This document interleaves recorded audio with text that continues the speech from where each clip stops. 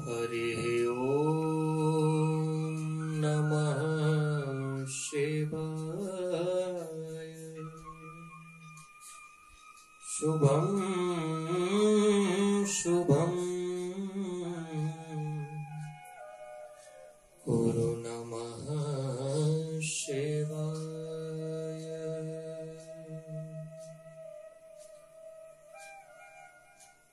कृष्णाय वासुदेवाय हरये परमात्मने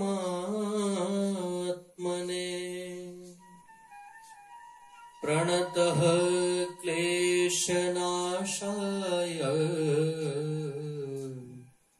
गोविन्दाय नमो नमः।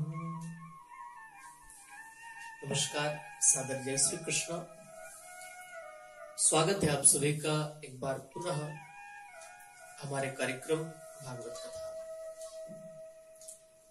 भगवान की विशेष कृपा और उनकी ही करुणा से विगत कई सत्रों से कई एपिसोड हमने पिछले श्रवण किए, तो निश्चित ही भगवान की कृपा से ही यह सब संभव है। पिछले सत्र में हमने श्रवण किया था कि परीक्षित जो हैं, जो श्रीमद् भागवत जन जन तक पहुंचाने का श्रेय जिनको जाता है, क्योंकि यदि परीक्षित ने श्रवण न की होती कथा, यदि परीक्षित के सामने कथा श्रवण करने की परिस्थिति उपस्थित न हुई होती, तो आज की जो कथा जन जन तक पहुंची है, हर जन सामान्य के मध्य में पहुंची है, सबसे लोकप्रिय जो भागवत की कथा आज हुई है, जितनी भी कथाएं हैं उन सब में सबसे लोकप्रिय, सबसे अधिक प्रचलित और प्रसिद्धि से विभूषित जो कथा है वो भागवत की कथा है। एक बच्चा एक जन साधारण, एक बहुत विद्वान और एक बहुत ही जो मानो जंगलों में रह करके जो जीवन जीता हो, इस तरह का व्यक्ति भी भागवत के बारे में जानता है। उसने सुना है कि भागवत भी कोई कथा होती है। तो बड़े से बड़े व्यक्तित्व से लेकर के छोटे से छोटे जो एक निम्न कार्य करने वाला है, जो बहुत नीचे स्तर का, जिसे अपने कार्य जो केवल अपने कार्य के बारे में जानता है, जो नहीं जानता कि धर्म क्या होता है, या उस विषय से जो बिल्कुल बचा हुआ है, उस विषय से जो बिल्कुल दूर है, जो केवल अपने कार्यों में ही लगा हुआ है, उस व्यक्ति तक भी भागवत की कथा पहुंची है। और व्यास जी का यही लक्ष्य था, इसको सार्वभौम बनाना था, इसको व्यापक बनाना था। तो आज हम जन साधारण तक जो भागवत की कथा पहुंची और जन साधारण का ये विषय बनी, तो उसमें सबसे अधिक श्रेय जो है वो परीक्षित को जाता है, क्योंकि यदि परीक्षित ऐसी स्थिति में उपस्थित न होते तो आज ही कथा जन सामान्य तक पहुंचती नहीं, ये केवल विद्वानों के विषय बनकर रह जाती। इसलिए हमने श्रवण किया कि परीक्षित जो है, उनको जब वे भ्रमण कर रहे थे, दिग्विजय कर रहे थे, अपने राज्य का विस्तार कर रहे थे, जब बढ़ा रहे थे राज्य को, उस समय जहां जहां जाते अपने पितामह पांडवों की कीर्ति सुनने को मिलती थी, और पांडवों की कीर्ति की जो पताका है वो लहराती हुई उन्हें दिखाई पड़ती थी। और उस पताका में जो दंड के रूप में, कृपा के रूप में, वही झंडा कब लहराता है, जब उसके नीचे डंडा होता है। तो पांडवों की जो कीर्ति पताका है ना, वो किस डंडे पर लहरा रही है। वो परीक्षित ने पाया कि ये तो भगवान कृष्ण की कृपा के दंडे पर, कृष्ण की कृपा के दंड पर ही मेरे पितामह जो है पांडव, उनकी ध्वजा लहराती रही है निरंतर। तो मूल में कौन है इस कीर्ति के, ये समझ गए और भगवान के अनन्य भक्त हो गए। एक बार परीक्षित जो है जंगल में जा रहे थे मृगया के लिए, आखेट के लिए। उस समय उन्होंने देखा कि एक काला कलूटा पुरुष एक गाय और एक बैल जो है उसको वो मार रहा है।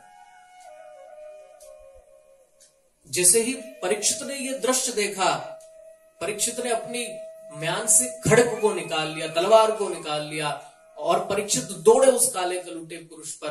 परीक्षित कहते हैं, अरे जिन भगवान श्री कृष्ण ने इन गायों की रक्षा के लिए जब तक वृंदावन में रहे भगवान, तब तक जिन्होंने गौचारण करके खुद संसार को ये दिखलाया कि गौ सेवा में जो आनंद है, गौ सेवा से जो प्राप्ति आपको हो सकती है वो अन्य कहीं स्थान से नहीं हो सकती। भगवान ने अपने जीवन का आरंभ गौचारण से किया है। जब माखन चोरी से किया तो वो माखन भी जो है वो गाय के दुग्ध से बना हुआ है, अर्थात जिनका जीवन वहां से आरंभ हुआ, भगवान ने ये दर्शाया है।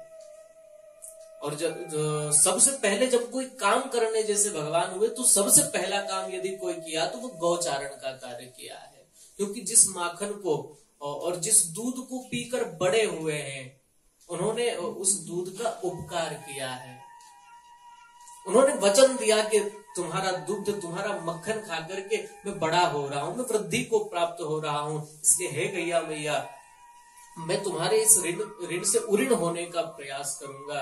यद्यपि जो पहले हमें देता है, हम उसके ऋण से कभी उऋण नहीं हो पाते, क्योंकि पहले उपकार हमारे ऊपर उसने किया है। परीक्षित कहते हैं, जिन गायों की रक्षा के लिए भगवान ने जब तक वृंदावन में रहे अपना संपूर्ण जीवन गौचारण को दे दिया, गाय की रक्षा के लिए दे दिया। किसी भी राक्षस को गाय के सामने आने तक नहीं देते थे भगवान।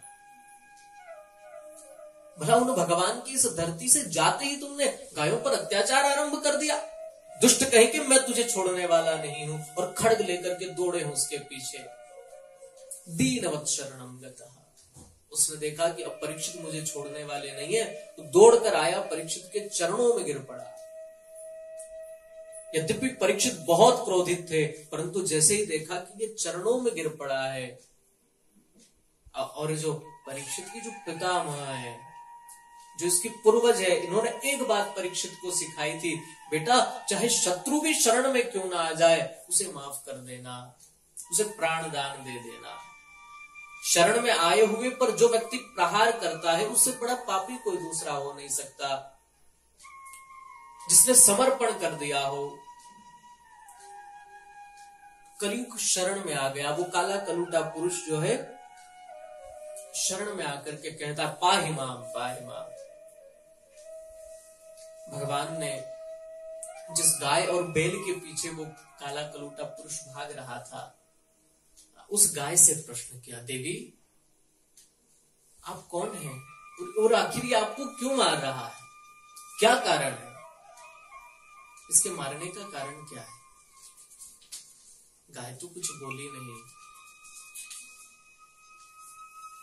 तभी वहां जो बैल खड़ा था, जो गाय का बछड़ा था, उससे पूछा, आप कौन हैं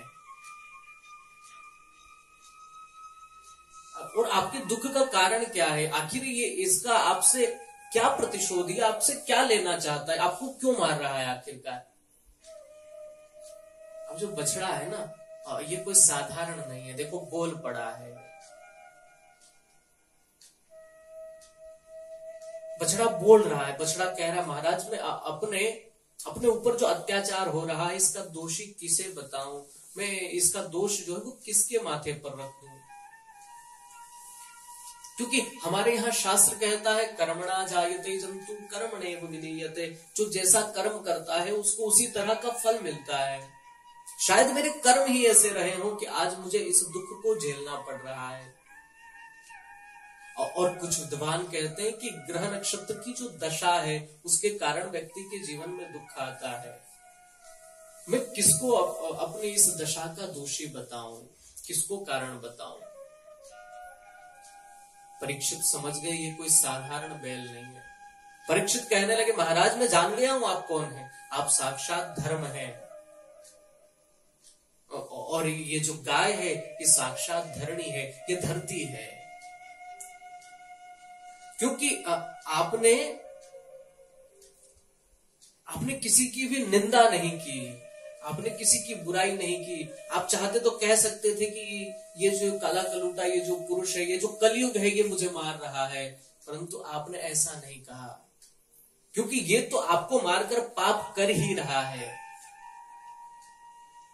पर जो पाप करता है उसके पाप की जितनी ज्यादा चर्चा जो करता है, उस पाप का वर्णन करता है, उसका विस्तार करता है, वो भी पाप का भागी बनता है, उसे भी पाप लगता है।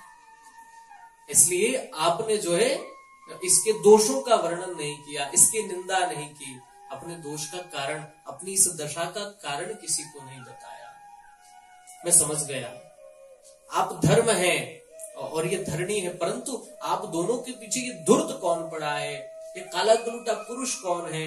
गुस्सा होकर के परीक्षित ने पूछा, क्यों भाई तू कौन है, कौन हो तुम? कहने लगा, महाराज मेरा नाम कलयुग है। कलयुग और मेरे राज्य में, भाग जाओ यहां से।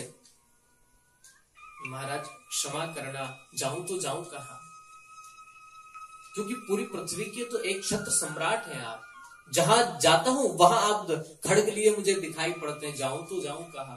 कृपा करके आप ही कुछ स्थान दे दीजिए जहां पर मैं रह जाऊं। परीक्षित ने कहा, ठीक है। तो परीक्षित ने उसको, उस कलयुग को 4 स्थान दिए।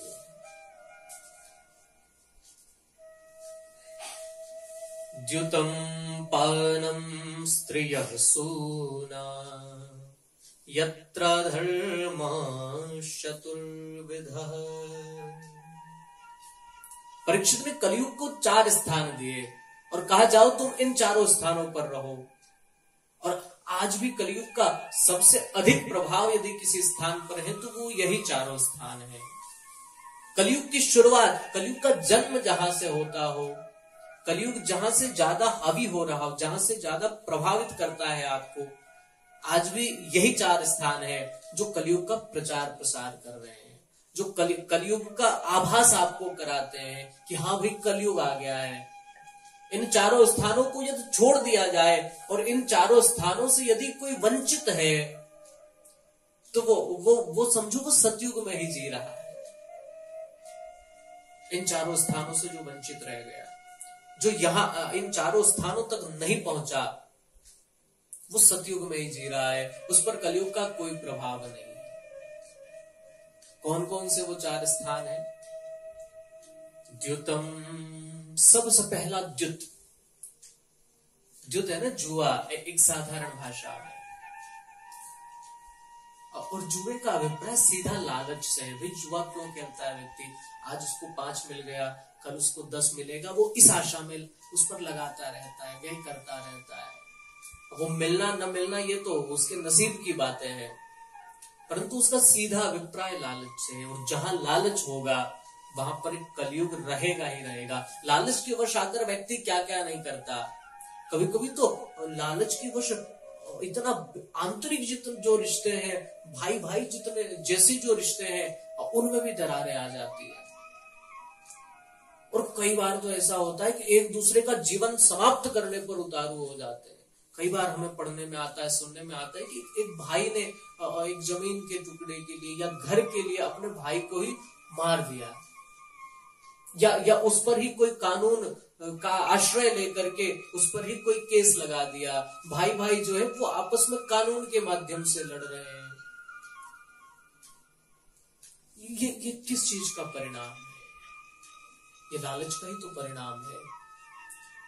ये लालच जो है आपको बहुत अंदर तक जो है वो घुसा हुआ है, और जिसके बहुत अंदर तक लालच घुस गया, जो इतना आंतरिक आ गया, बिल्कुल आपके जो है इतना अंदर घुस गया, परिवार में घुस गया कि वो जो सहोदर है आपका, जो आपका सगा भाई है, आप उससे भी बैर पर तुलाते हैं, वो उसका जीवन समाप्त करने तक चले जाते हैं।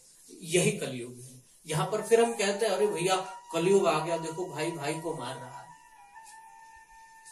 परंतु उसके मूल में क्या है? उसके मूल में द्युत है, उसके मूल में लालच है, और इससे जो वंचित है वो उसके लिए कोई कलयुग नहीं है। दूसरी बात है पानम, अर्थात जो मदिरा का पान करता है वहां पर कलयुग का वास है। मदिरालय में या जो मदिरा का पान करे वहां पर कलयुग है। मदिरा का पान करते हुए व्यक्ति अपना भान तक भूल जाता है, वो स्वयं को भूल जाता है कि मैं क्या हूं। और जिसे खुद का ही नहीं पता है वो फिर न जाने क्या क्या संसार में करता है, किससे झूठे वादे करके आ जाता है, किसको कह देता है कि हम ऐसा कर देंगे, किससे ले लेता है, किसी को दे देता है, उसको खुद को पता नहीं होता उसने किससे क्या बोल दिया है।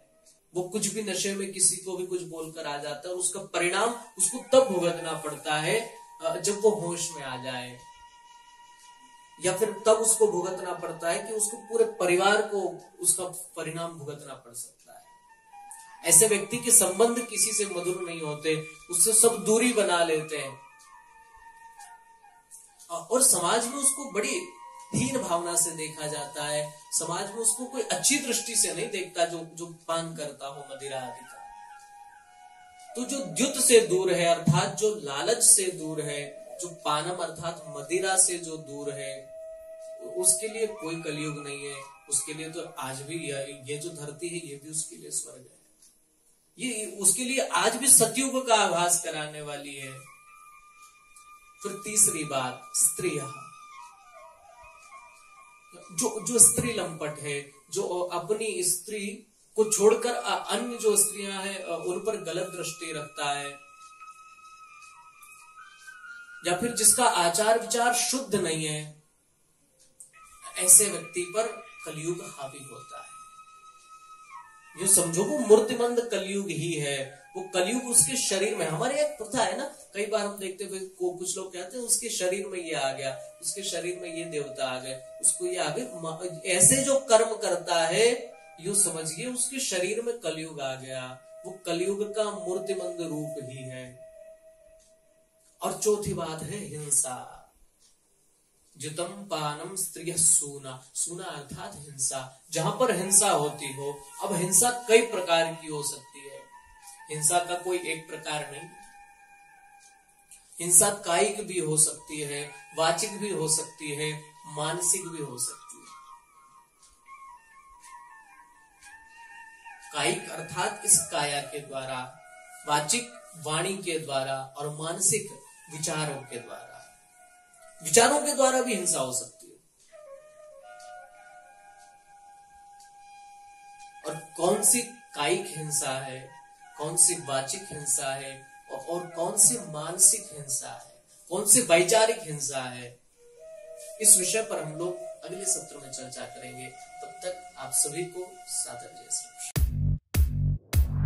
कृष्ण।